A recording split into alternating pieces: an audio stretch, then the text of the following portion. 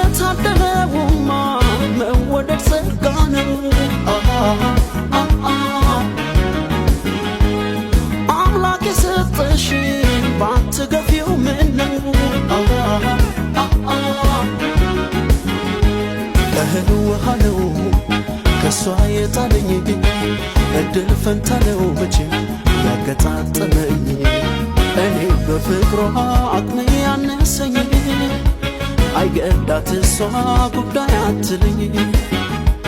እኔ በፍቅሯ አቅሜ ያነሰኝ አይገዳት እሷ ጉዳይ